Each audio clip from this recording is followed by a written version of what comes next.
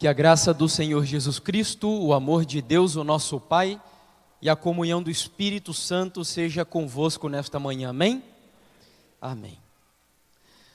Bom, eu quero, em primeiro lugar, dirigir os meus agradecimentos a toda a igreja do JuVV, que está envolvida e possibilitando o cumprimento dessa programação. De maneira especial, agradeço ao Marcelo Flores, está aqui à frente, quero agradecer muito pelo convite, e também agradecer ao pastor Claudenir, que fez um certo contorcionismo para que nós deixássemos esses dias aqui especiais para essa meia semana de oração. E agradeço novamente a toda a igreja que estará de alguma forma envolvida. Felizmente acabou convergindo com um feriado, mas nós estaremos aqui buscando a presença do Senhor e na expectativa de que você e também eu sejamos, em nome de Jesus, muito abençoados através do estudo da palavra.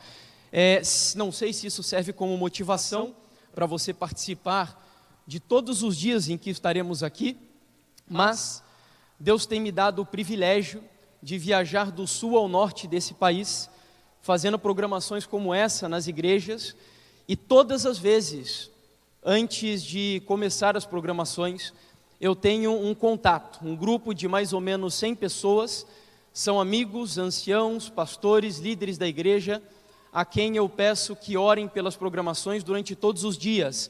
Portanto, creio eu que Deus tem bênçãos especiais reservadas para a igreja do JuVV, de hoje até quarta-feira de maneira especial. E não porque eu estarei aqui, porque eu sou miserável, eu não tenho absolutamente nada de bom para comunicar para vocês, mas é porque nós abriremos a palavra do Senhor, e Jesus prometeu que essa palavra é tão poderosa, que ela seria capaz de santificar a vida de todo aquele que crê. Portanto, você está convidado. Nós começaremos hoje, na parte da manhã, e vamos até quarta-feira no culto da noite.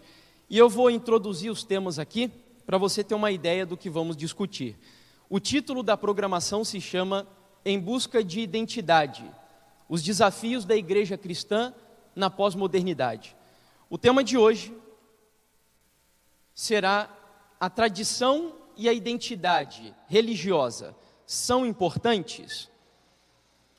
Na parte da tarde, às 5 horas, nós vamos dar sequência com o tema Princípios e Cultura, que eu acredito ser um dos dilemas talvez mais complexos da igreja contemporânea. Amanhã à noite, falaremos sobre a pós-modernidade, o tema se chama Identidade em Risco.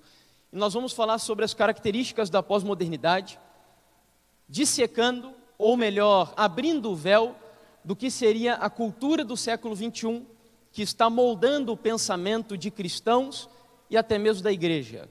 Falaremos sobre o relativismo, fundamentalismo, pluralismo e vários ismos aí que, infelizmente, estão conduzindo e moldando a nossa cosmovisão. Na segunda-feira, na parte à noite, no caso, o nosso tema será sobre família. E nós falaremos sobre várias coisas associadas a essa instituição, que creio eu que acima até mesmo da igreja, tem sido alvo dos ataques de Satanás. Ideologia de gênero, mídia, divórcios e etc. Na terça-feira, será sobre o Armagedon. E o nosso propósito é transmitir a você qual seria a identidade, portanto, da igreja nesta época. A igreja vitoriosa, não apenas a igreja militante, mas a igreja triunfante. E para isso, nós vamos estudar o Armagedon. E o último tema, na quarta-feira à noite, nós falaremos sobre a verdade presente. É um assunto que tem sido alvo de muita discussão, muitos conceitos equivocados, principalmente de pessoas extremistas da igreja, alas extremistas, e aqueles que têm uma inclinação mais ao liberalismo têm uma certa aversão a esse assunto. Mas eu gostaria de dizer a você que será um dos temas mais importantes que trataremos aqui, porque é um assunto que visa trazer exatamente o equilíbrio para a igreja nessa época, qual é a missão especial da igreja e qual é a única maneira de nós conseguirmos suplantar os desafios da pós-modernidade. Não existe outra forma senão entender, viver e pregar a verdade presente. Portanto, sem mais demoras, nós vamos dar início a essa nossa programação hoje pela manhã com esse tema e na parte da tarde às 5 horas da tarde.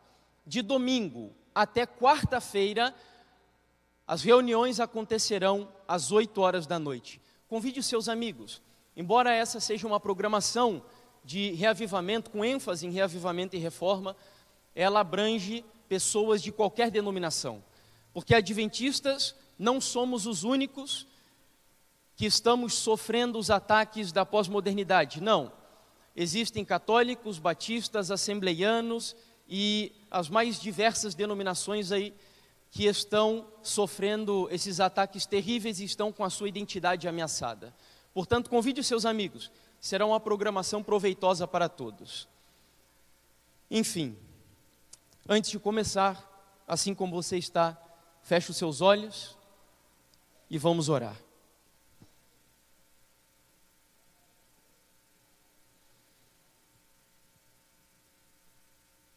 Querido Pai bondoso e eterno Deus Todo-Poderoso, que habitas e reinas nas alturas dos céus, nós louvamos o Teu santo nome, adoramos a Tua majestade na beleza da Tua santidade, e em nome do Senhor Jesus Cristo, abrimos o nosso coração em gratidão por estarmos aqui reunidos nessa igreja, que tem sido um ponto de luz neste bairro, onde a cada sábado, a cada semana, a Tua palavra aqui é aberta, com o desejo supremo no nosso coração de descobrir a Tua vontade soberana para a nossa vida.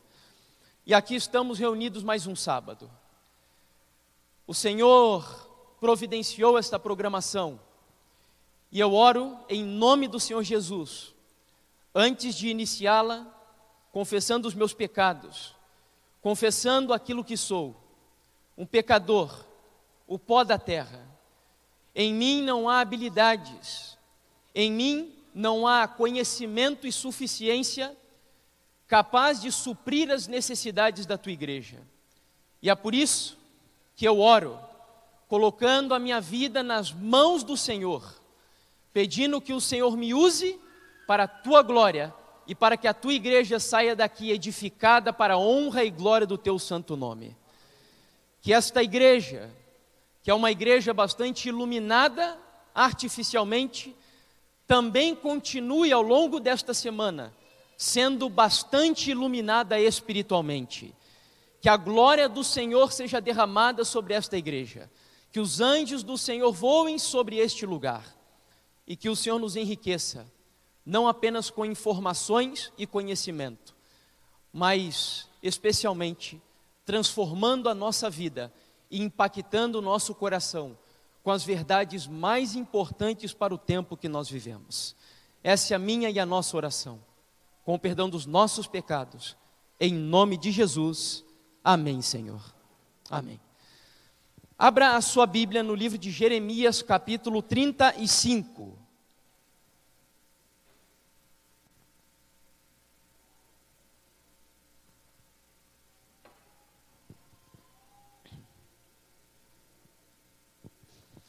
Jeremias capítulo 35, versos 1 ao 10, e depois o versículo 18 e 19. A versão que eu usei para fazer a leitura é a NVI, a Nova Versão Internacional. Jeremias capítulo 35, versos 1 ao 10, diz assim a palavra do Senhor. Durante o reinado de Joaquim, filho de Josias, rei de Judá, o Senhor dirigiu esta palavra a Jeremias: vá à comunidade dos recabitas e convide-os a virem a uma das salas do templo do Senhor e ofereça-lhes vinho para beber. Então busquei Jazanias, filho de Jeremias, filho de Abazinias, seus irmãos e todos os seus filhos e toda a comunidade dos recabitas. Eu os levei ao templo do Senhor, à sala dos filhos de Anã, filho de Gidalias, homem de Deus. A sala ficava ao lado da sala dos líderes e debaixo da sala de Maazéias, filho de Salum, o porteiro. Então coloquei vasilhas cheias de vinho e alguns copos diante dos membros da comunidade dos recabitas e lhes pedi que bebessem. Eles, porém, disseram: não bebemos vinho, porque o nosso antepassado Jonadab, filho de Recabe, nos deu esta ordem: nem vocês, nem os seus descendentes beberão vinho. Vocês não construirão casas, nem semearão, não plantarão vinhas, nem as possuirão, mas vocês sempre habitarão em tendas. Assim vocês viverão por muito tempo na terra na qual são nômades. Temos obedecido a tudo que nos ordenou o nosso antepassado Jonadab, filho de Recabe. Nós, nossas mulheres, nossos filhos e nossas filhas jamais bebemos vinho em toda a nossa vida. Não construímos casas para nossa moradia, nem possuímos vinhas, campos ou plantações. Temos vivido em tendas e obedecido fielmente a tudo que o nosso antepassado Jonadab nos ordenou. Saltemos agora aos versos 18 e 19. Jeremias disse à comunidade dos recabitas: assim diz o Senhor dos exércitos, o Deus de Israel: vocês têm obedecido àquele que ordenou o seu antepassado Jonadab, têm cumprido todas as suas instruções e têm feito tudo o que ele ordenou. Por isso, assim diz o Senhor dos exércitos, o Deus de Israel: jamais faltará a Jonadab, filho de Recabe, um descendente que me sirva. Os recabitas, em primeiro lugar, eram uma tribo midianita. Descendiam de Midian, filho de Abraão, com uma de suas esposas chamada Quetura, como indica o livro de Gênesis, capítulo 25, versos 2 até o 4. Eles viviam como nômades, habitando em tendas, e tinham hábitos bastante simples, triviais, pueris. Como vimos, não plantavam vinhas e tampouco faziam uso do vinho. Recabe, por sua vez, não nos oferece um registro muito amplo nas Escrituras Sagradas. O único registro, além desse que acabamos de ler, está em 1 Crônicas, capítulo 2, verso 55, onde nós descobrimos que ele era o patriarca de um clã, da tribo dos queneus. Entretanto, nós inferimos que provavelmente Recabe era um homem íntegro, um homem de Deus.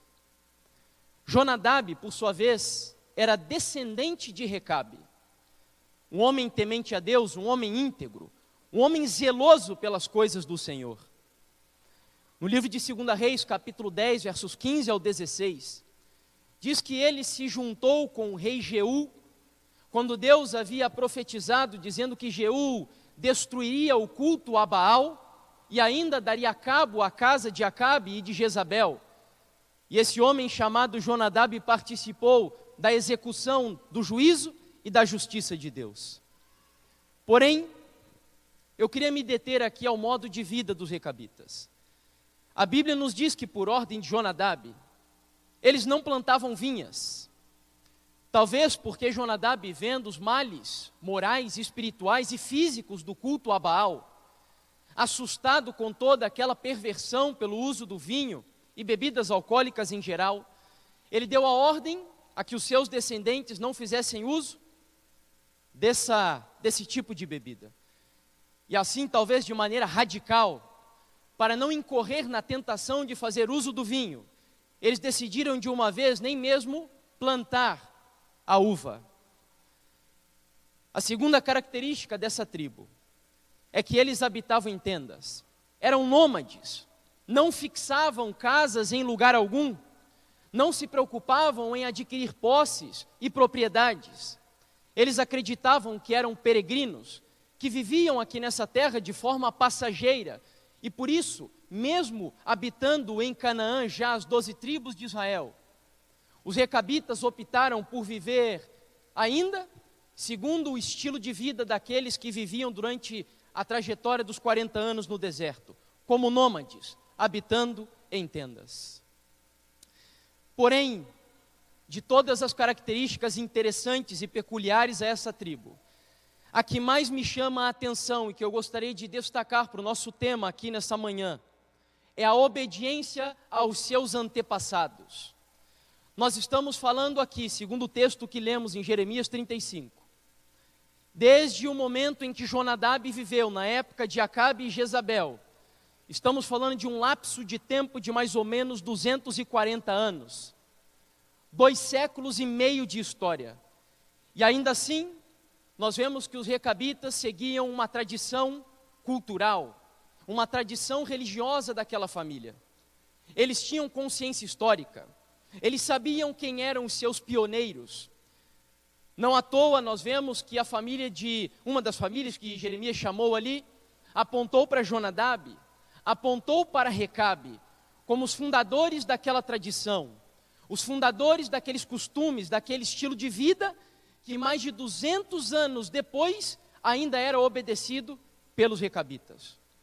Eles tinham uma memória histórica, eles tinham uma consciência dos seus mitos fundadores, e por isso, preservando a sua tradição, preservando os seus costumes e o seu estilo de vida, essa tribo ainda tinha uma identidade peculiar, tinham hábitos peculiares, um estilo de vida totalmente tradicional. Se nós vamos ao dicionário, a palavra tradição é definida da seguinte forma: transmissão de doutrinas, de lendas, de costumes, durante um longo espaço de tempo, especialmente pela palavra. A tradição é o laço do passado com o presente. E ainda nos dizem uma segunda definição: transmissão oral, às vezes registrada por escrito, dos fatos ou das doutrinas religiosas. O problema é que nós temos uma concepção bastante limitada de tradição religiosa, especificamente falando. E essa concepção, ela é bastante negativa. E se nós olhamos para a Bíblia, de fato, na maioria das vezes em que a palavra tradição aparece, ela realmente é negativa. Jesus condena, por exemplo, a tradição dos fariseus. No livro O Grande Conflito, Ellen White chega a condenar a tradição da igreja medieval, quando ela é colocada acima da Bíblia Sagrada. Porém, o apóstolo Paulo, em 2 Tessalonicenses, capítulo 3, versículo 6, vai nos dar um conceito positivo de tradição religiosa. Nós vos ordenamos, irmãos, em nome do Senhor Jesus Cristo, que vos aparteis de todo irmão que anda desordenadamente, e não segundo a tradição que de nós recebestes. Observe que Paulo aqui está fazendo uma admoestação, poderíamos dizer até uma advertência, dizendo que os cristãos tivessem cuidado, porque tem irmãos da comunidade cristã religiosa que não faziam caso à tradição que eles haviam recebido dos apóstolos e também dos discípulos de Cristo.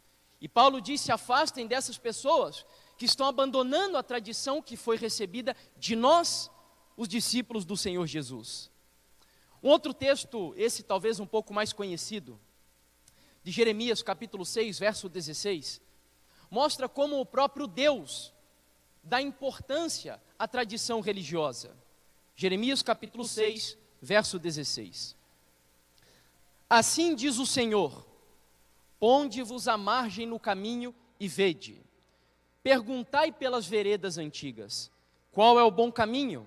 Andai por ele, e acharei descanso para a vossa alma. Esse texto, ele leva a nossa mente para uma cena de um viajante que chegou em um determinado momento da sua trajetória e se deparou com uma encruzilhada de vários caminhos. E então o Senhor, olhando para mim e para você, como esses cristãos que estamos viajando rumo ao céu, estamos no meio de uma encruzilhada, onde nos são apresentadas tantas opções de caminhos a serem seguidos. Ele diz o seguinte: perguntai pelas veredas antigas. Olhe para o passado, olhe para a tradição, olhe para os pioneiros, olhe para os mitos fundadores. E deixa eu explicar algo aqui para vocês. Quando eu uso a palavra mito, não me entendam mal, mito não são apenas lendas, histórias fictícias, fábulas, não. Quando eu me refiro a mitos fundadores, são aquelas histórias sobre as quais o cristianismo tem o seu fundamento, a sua baliza, o seu alicerce. E eu vou citar algumas delas um pouquinho mais adiante. E Deus então vem e diz: olhe, pergunte para as veredas antigas, qual é o bom caminho, e ande por ele. O comentário bíblico adventista, dando uma explicação sobre essa passagem, diz: o caminho verdadeiro era aquele no qual haviam andado os piedosos antepassados de Judá. Em conclusão, sem nos demorarmos muito na introdução desse tema, a transmissão da tradição, ou seja, do costume, do estilo de vida, dos valores, da ética, da moral judaico-cristã, de uma geração para outra, é importantíssima para a manutenção de qualquer identidade, seja ela cultural ou seja ela religiosa. E foi isso que aconteceu com os recabitas. Havia tradição, havia respeito aos antepassados, aos valores dos mais antigos, que eles com muito custo estabeleceram e obedeceram. Para não ficarmos apenas no universo aqui religioso, um dos antropólogos mais conceituados aqui no Brasil e autor de diversos livros, chamado Roberto da Mata, ele vai nos mostrar na sua visão antropológica, cultural e social a importância da tradição. No livro Relativizando, página 53. Sem uma tradição, uma coletividade pode viver ordenadamente, mas não tem consciência do seu estilo de vida.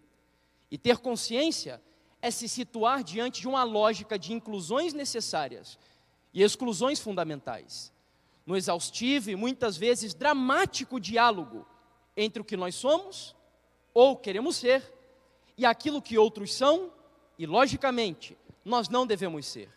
Então, na visão dele, a tradição é fundamental para a manutenção do estilo de vida.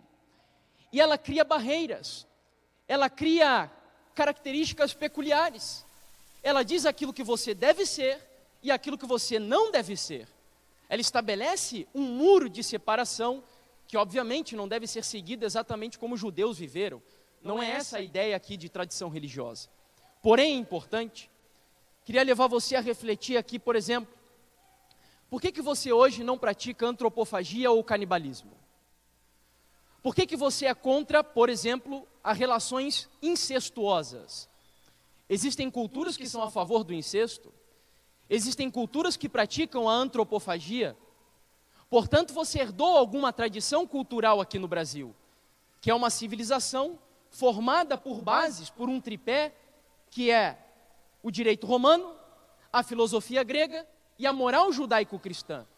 E como você foi influenciado desde criança pela moral judaico-cristã, você é contra a antropofagia, o canibalismo, você é contra o incesto. E eu poderia estender isso ao universo religioso. Porque alguns aqui guardam domingo e outros o sábado. Porque alguns não fazem uso, por exemplo, da carne do porco e outros usam a carne do porco. Porque alguns acreditam que nós não deveríamos, por exemplo, usar joias. E outros pensam que isso não implica nenhum tipo de problema. Apenas para você pensar, e nós vamos entrar um pouco nesses detalhes aqui ao longo da semana. Na página 143 do mesmo livro, ele ainda vai explorar mais essa ideia. Roberto da Mata. É pelo fato de não esquecer certos eventos que um grupo cria e descobre o seu lugar numa sociedade, e uma sociedade a sua posição no meio de outras. Interessante isso daqui, porque se nós trazemos para o universo cristão, a memória a certos eventos ela é fundamental para a manutenção da identidade. Por exemplo, quantos aqui poderiam dizer o que aconteceu no dia 31 de outubro do ano de 1517, que é tão importante para o cristianismo? Por que é tão importante para nós adventistas o dia 22 de outubro de 1844? O que aconteceu no ano de 1863, que é tão importante também para a nossa história? Em 1872, você sabe o que ocorreu nessa época, que é tão importante para o Adventismo? Se você não sabe, você está convidado a participar dessa semana. Nós falaremos sobre tudo isso aqui. Agora, para você compreender o assunto um pouquinho mais prático, vamos usar o Brasil, nosso país, como exemplo.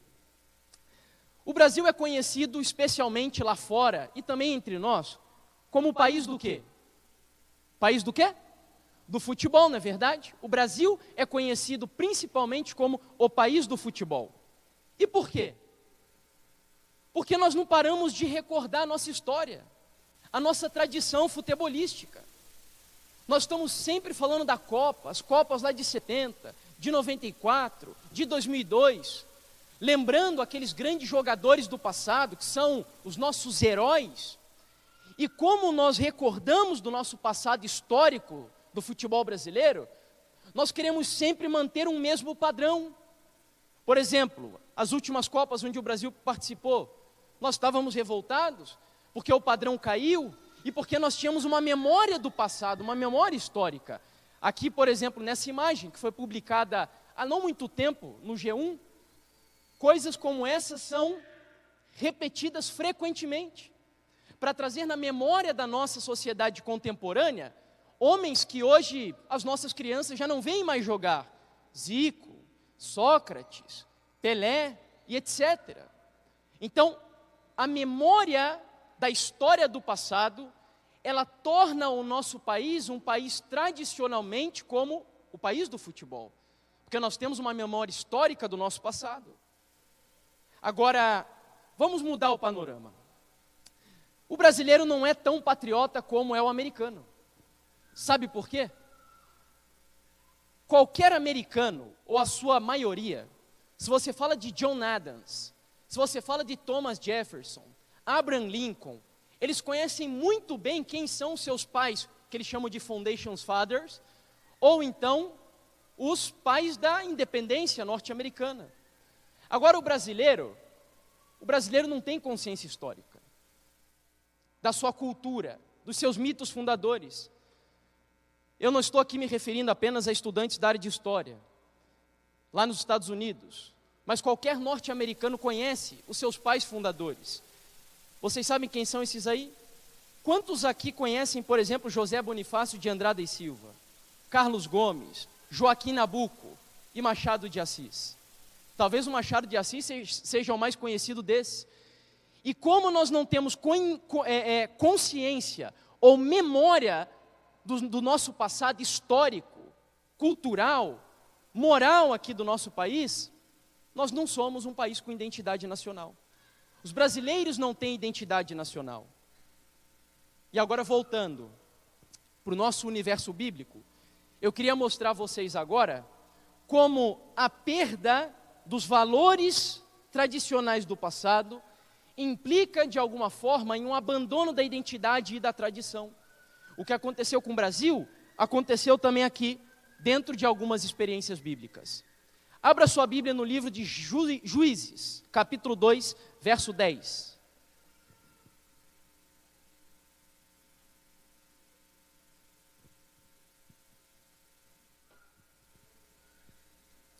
Juízes, capítulo 2, verso 10.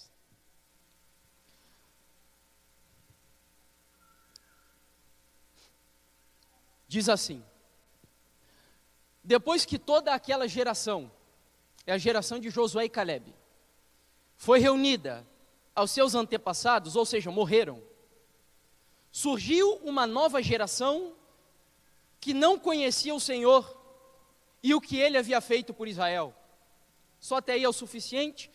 Se você seguir o verso 11 e 12, você verá que a consequência disso foi que o povo começou a oferecer culto no altar de Baal.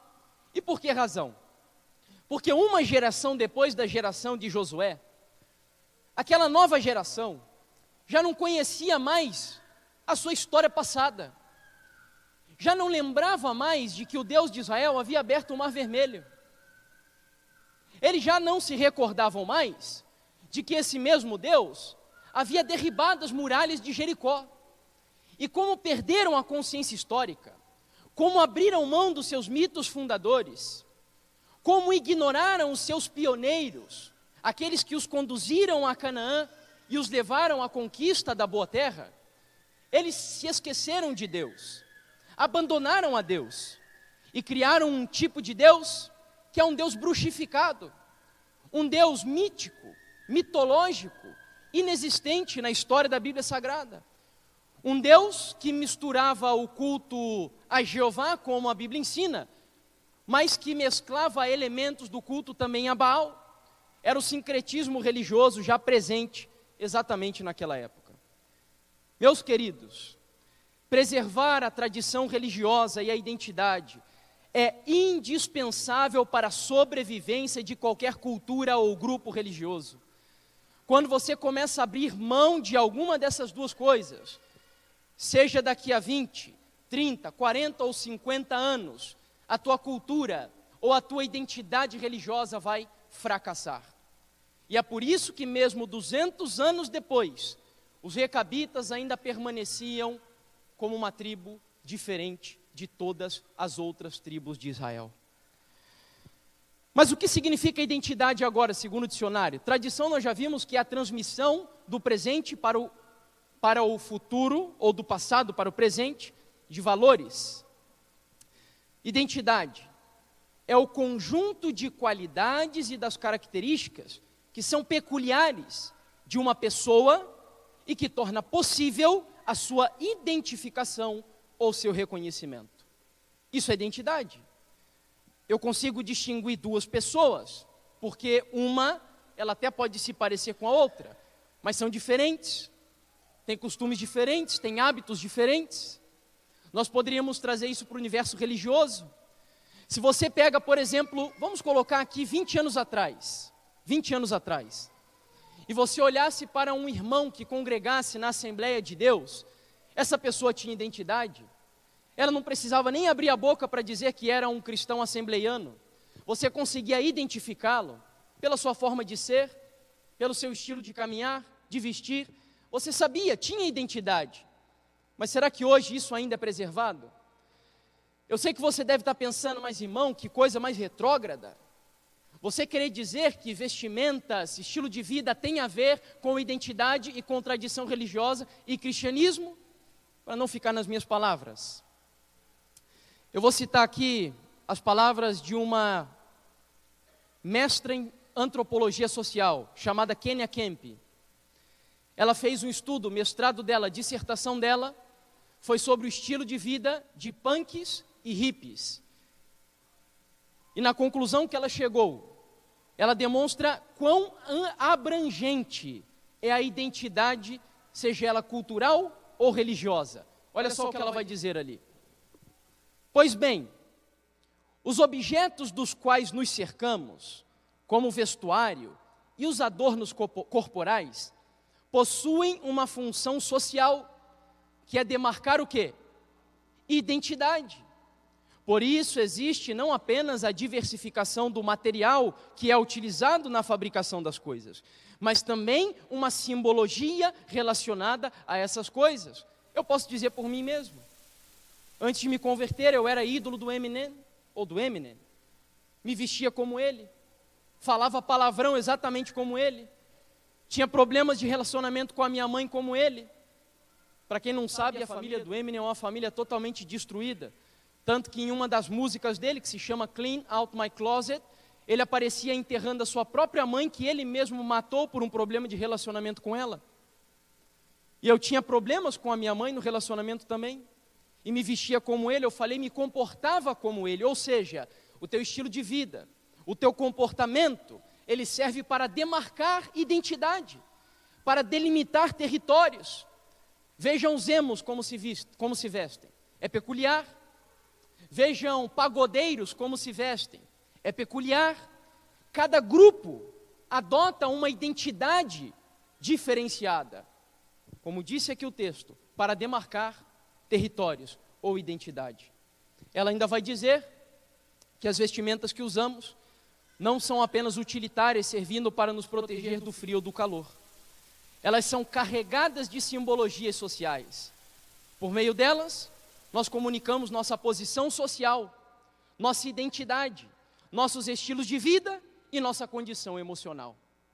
Olha quanta coisa está envolvida aqui no comportamento e na identidade particular de uma pessoa.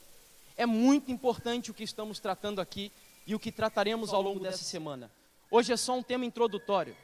Não pense que eu vim aqui dizer para você que você não pode seguir a moda. Inclusive Ellen White, que é uma das mensageiras que Deus enviou para essa igreja, é uma mensageira que Deus enviou para nos orientar, nos ajudar. Ela diz que não tem problema nenhum a cristã ou o cristão seguir a moda, desde que nós entendemos bem para que servem os princípios que estão aqui dentro desse livro.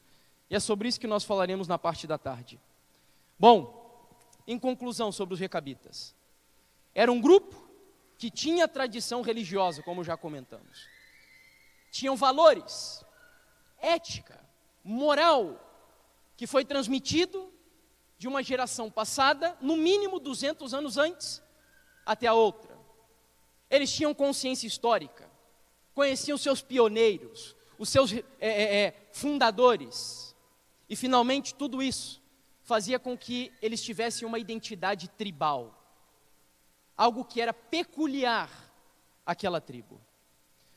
Quando Ellen White comenta sobre os recabitas, no livro Profetas e Reis, capítulo 35, ela diz aqui o seguinte: a lição é para todos nós. Se os requisitos de um pai bom e sábio, que usou o melhor e mais eficaz meio de garantir a sua posteridade contra os males da intemperança, foram dignos de estrita obediência, sem dúvida a autoridade de Deus deve ser tida em muito maior reverência, quão mais santo é Ele do que o homem. Substitua a autoridade de Deus ali por tradição religiosa, aquelas que têm respaldo bíblico, obviamente. O grande problema é que os cristãos contemporâneos criaram uma espécie de ruptura com o passado cristão. Isso é assustador.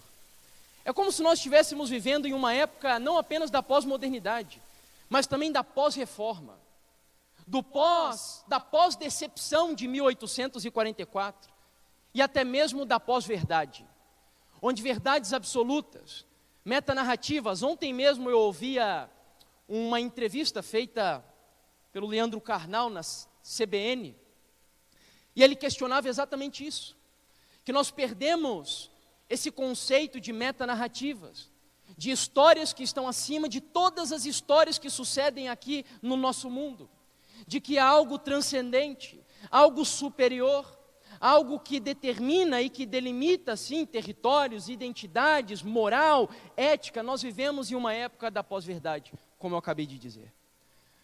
Nós criamos uma ruptura desesperadora com o passado e, além disso, eu gosto de usar um termo aqui para definir o que eu quero dizer. Nós estamos vivendo em uma época de esquizofrenia também espiritual. Eu li recentemente um artigo muito interessante, escrito por um padre, inclusive, falando sobre a geração da esquizofrenia social. Mas eu também creio que nós somos espiritualmente esquizofrênicos. E a grande prova disso, talvez, seja a dicotomia que fazemos entre aquilo que cremos e aquilo que somos. E a fim de comprovar isso, que talvez seja um dos maiores dilemas dessa perda da tradição religiosa e da identidade, eu trouxe aqui uma matéria de uma famosa evangélica e ao mesmo tempo funkeira, chamada Perla. O texto diz: Perla faz ensaio sensual e afirma: hoje eu consigo dividir a fé da música. E um pequeno trecho da matéria diz assim: amadureci muito no gospel, precisava desse tempo, mas minha carreira no funk sempre esteve ali. Hoje consigo dividir a fé da música. Esse é o grande problema do cristianismo contemporâneo. É criar essa ruptura, é criar essa dicotomia entre aquilo que eu creio, como eu disse, e aquilo que eu sou. Lembrando que uma das bestas do livro de Apocalipse, que eu também digo que era uma besta esquizofrênica, e que influenciaria o povo de Deus nos últimos dias, ela parece um cordeiro, mas fala como o quê? Como um dragão. Nós vivemos em um período preocupante. É como se o texto que o Senhor Jesus disse nas suas últimas palavras em Mateus capítulo 24, sermão profético de Jesus, quando ele diz que muitos viriam em nome dele, dizendo, eu sou o Cristo, e enganariam a muitos. Isso não se resume apenas a pessoas como o Henrique Cristo. Não. Talvez nem seja ele o alvo maior do cumprimento dessa profecia. Mas isso também pode ser aplicado a pessoas que usam o nome de Jesus, mas estão criando um Jesus mítico, como eu comentei. Um Jesus tipo Aquiles, um Jesus tipo Zeus. Assim como os gregos criaram e inventaram os deuses segundo as suas paixões, os cristãos estão criando um Jesus Cristo que não existe, que não é bíblico, segundo as suas paixões. Isso é um grande problema. O cristianismo está perdendo a sua identidade. Mas ainda há tempo de recuperar, ainda há tempo de recuperar. Um estudo que foi solicitado pela Associação Geral da Igreja Adventista do Sétimo Dia e divulgado em outubro de 2013, confirma como, inclusive, os adventistas estão mudando a sua identidade. O estudo se chama 21st Century Seventh-day Adventist Connection Study, ou seja, estudo de conexão adventista do sétimo dia do século 21. Milhares de jovens adventistas universitários foram entrevistados, a fim de saber o seu grau de confiança nas doutrinas adventistas. E ali onde está a palavra sanctuary, ou seja, santuário, para baixo, são as que eu vou citar aqui para vocês. À medida que vai chegando mais para baixo do gráfico, são as doutrinas que eles mais têm dúvidas ou não acreditam, depende ali do posicionamento. Em azul você tem creio firmemente, em vermelho você tem creio ou acredito, em verde você tem nem concordo e nem discordo, em roxo discordo, e em azul, tipo um azul turquesa, mais para o final ali, um ciano, você tem discordo veementemente ou fortemente. Quais são as doutrinas de maior discordância entre os jovens universitários adventistas? A doutrina do santuário celestial, a criação em 6 dias num passado recente, o dom profético de Ellen White, a doutrina do juízo investigativo, o casamento entre aqueles que têm as mesmas crenças e, por fim, a crença de que a igreja adventista é a igreja remanescente dos últimos dias. Ou seja, as bases identitárias do adventismo estão sob alvo de uma ojeriza, um ataque ferrenho, especialmente da nossa juventude. E o que nós vamos fazer?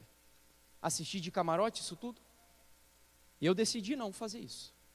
Foi o que eu decidi. Para a gente finalizar, eu quero mostrar 2 textos para vocês. Eu disse que isso seria apenas um tema introdutório. Eu espero de todo o meu coração que você venha à tarde. Eu não sei, alguns aqui possivelmente já tenham se programado para viajar, mas eu orei muito para que essa programação acontecesse aqui no JuVV. Conhecendo a tradição dessa igreja aqui em Curitiba, a relevância dessa igreja aqui na nossa cidade, a importância histórica que ela tem aqui na nossa região, é muito importante que tenhamos consciência disso tudo. Essa igreja é muito influente, é uma igreja que marca, tem uma identidade particular, que tem personalidade.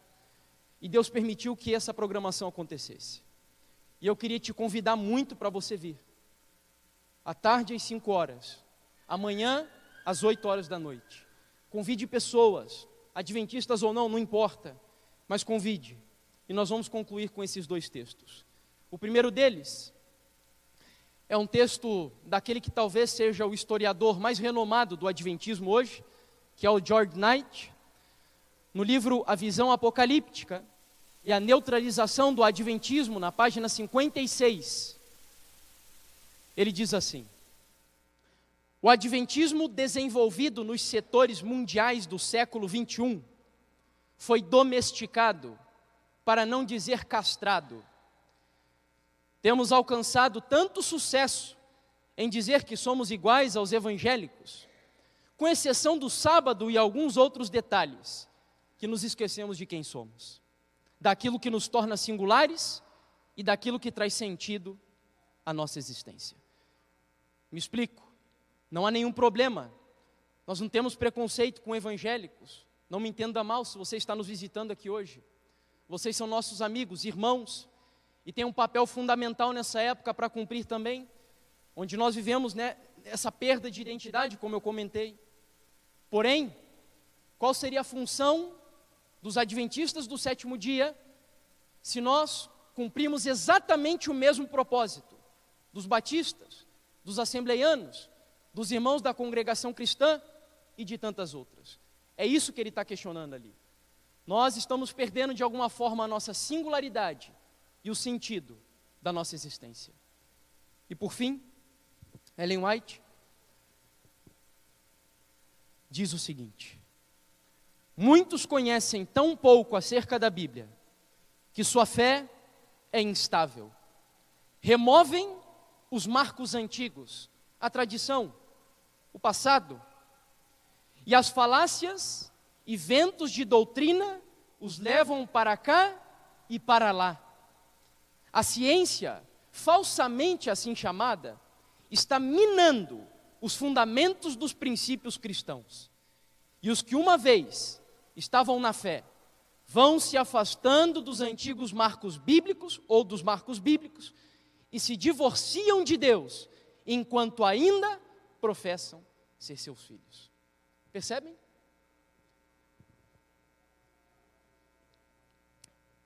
A ciência está influenciando poderosamente o cristianismo. É isso que nós veremos de maneira especial no domingo à noite. Quando nós falarmos sobre o fundamentalismo religioso, sobre o relativismo, tem cristãos jovens hoje que acreditam no relativismo moral, que a moral é relativa, que certo e errado é algo relativo, que bom e mal é algo relativo. Isso tem moldado o comportamento deles. Nós precisamos, irmãos, olha, tem um dilema profundo que eu gostaria que fosse quebrado durante essa meia semana de oração. Sabe qual é? Advogado, para ser um bom profissional, tem que estudar. Médico, para ser um bom profissional, tem que estudar. Professores, psicólogos, engenheiros, e seja lá que profissional você quer ser. Se você quer ser um profissional de êxito, destacado, peculiar, você tem que estudar. E quem disse que para ser cristão não precisa estudar? É esse o dilema que eu gostaria que fosse rompido aqui durante essa meia semana de oração. Nós vamos estudar muito seriamente a Bíblia, também o nosso contexto contemporâneo, a fim de compreendermos a nossa época. E sabe qual é o maior perigo de uma identidade diluída como essa, que infelizmente os cristãos têm adotado? Sabe qual é?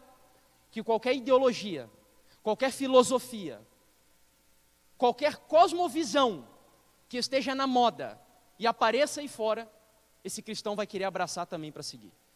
Voltando, por exemplo, do Brasil, como o Brasil não tem identidade nacional, tudo que é tipo de ideologia, tudo que é tipo de cosmovisão, de novidade que aparece aí no mercado político, filosófico e etc., o nosso país abraça. Por quê?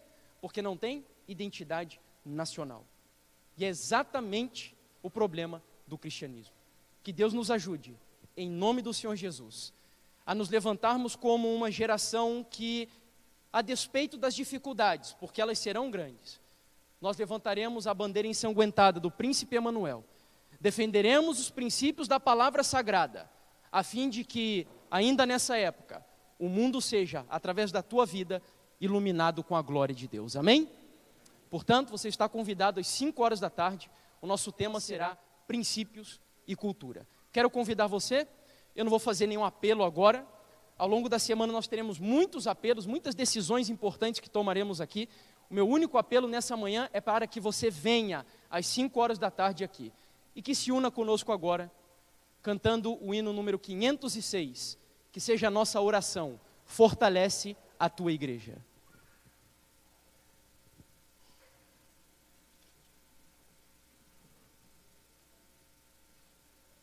Levantemos.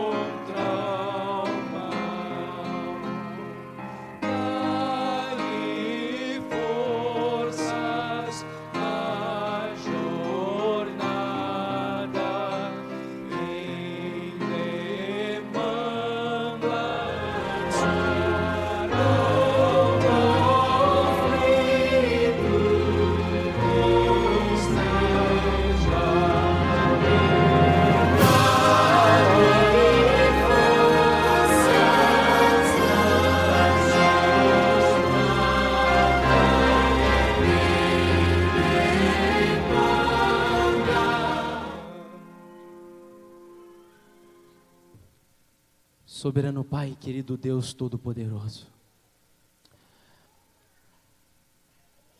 eu acredito de todo o meu coração que esse grande conflito iniciado há tanto tempo atrás já está chegando perto do seu fim.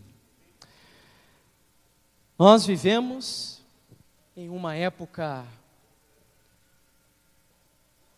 tremenda, Senhor, da história do cristianismo. Os desafios do nosso mundo contemporâneo talvez sejam os maiores já enfrentados na história da igreja.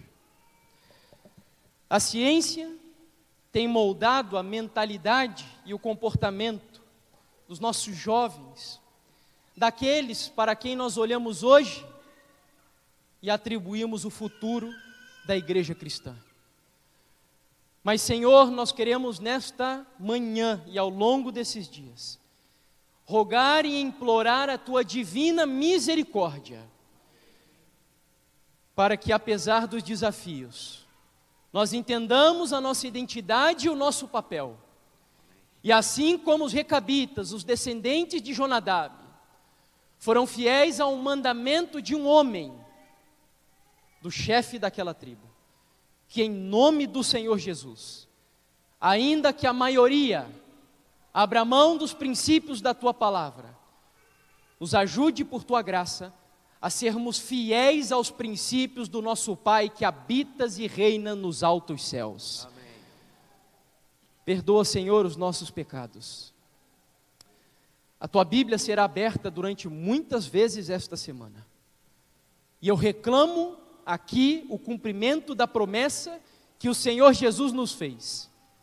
Pai, santifica-os na verdade, porque a Tua palavra é a verdade. Amém. Que o Senhor nos santifique durante esses dias. Amém. Que o Senhor nos justifique, que produza no nosso coração arrependimento, consolo, misericórdia, graça e confissão, nos preparando desta forma para os desafios que nos esperam.